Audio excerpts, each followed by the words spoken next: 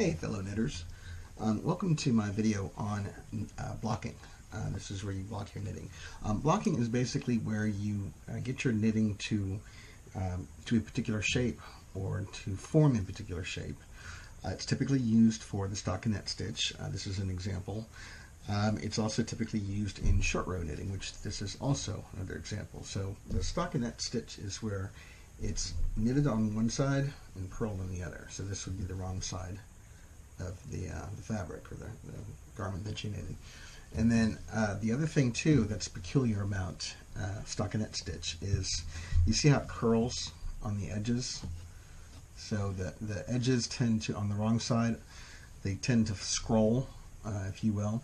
Now one way you can go about preventing that is to knit what's called a salvage edge. The salvage edge will actually force the scroll thing that's going on to kind of unscroll a little bit. But essentially what you want to do is block your knitting. Now blocking is also used for garments. It's also used to help achieve a gauge, specifically in garment knitting.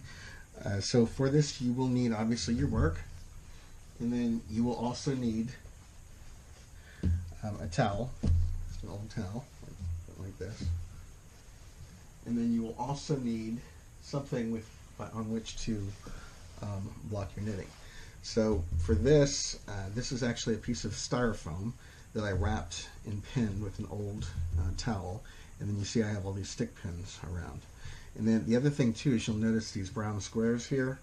The reason for that is I use this for 3 different projects that I have going on. So the one that we're going to be using on this particular one is going to be this right here.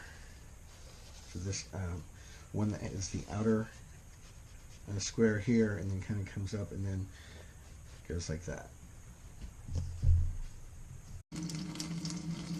Okay, so the first thing that you want to do is you want to wet your knitting. Now when you do blocking, you're basically using either water or steam to force your work into a particular shape or into a particular size. That's the whole thing with blocking. So on this one I'm showing you, or I'm demonstrating how to do it with water.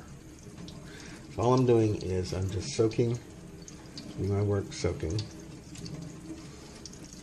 Now the other thing is when you're using this water method, you do not want to wring your work, and so that's why I have the towel. I'll show you what I mean with that in a second, but you just want to get this completely soaking wet. And then what I like to do is I do like to get some water out, but the way that I do that is I just pat it like that, but do not wring it, because if you wring it you'll mar your stitches. Okay, and then what you do is you lay this out, kind of open your towel up like that, and then just lay this out. And then from the left side, just start to roll it almost like a jelly roll. So this is how you gently get the excess water out without wringing it. And as you can see already, it's starting to flatten out. But what we need to do is we need to pin it now.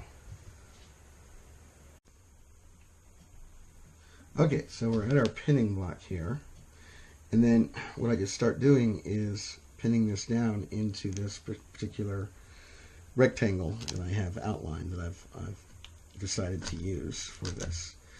And so I begin by doing each corner.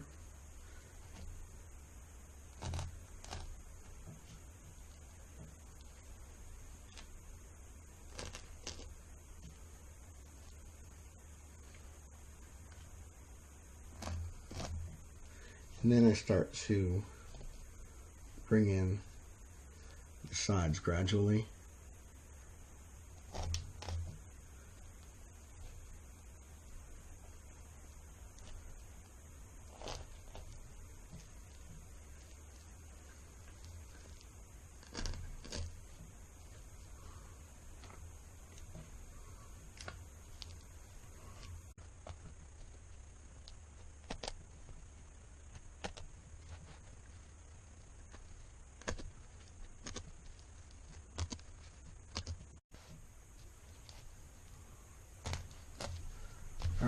that's all of the pins. And then what we'll do is we'll let this dry. I usually let it dry overnight. And then after it dries, it'll pretty much be permanently in this position here, or in this size, as well as completely flat. So it won't have these pucker or these pock marks, which are typical for short row, or typical of short row knitting. Okay, so this is dried, and I've unpinned it from the board that I pinned it to earlier. And as you can see, it is now blocked. So it's completely flat, and it's also in the proper gauge, so the proper size that we need for the actual afghan. And then these will be sewn together using the mattress stitch. And be sure to watch that video too. It's a really cool way to join your knitting squares. So that is it for blocking your knitting. Thank you for watching my video, and please do subscribe to my channel so that you can see other tips, tricks, as well as patterns and things like that to learn how to do this kind of stuff.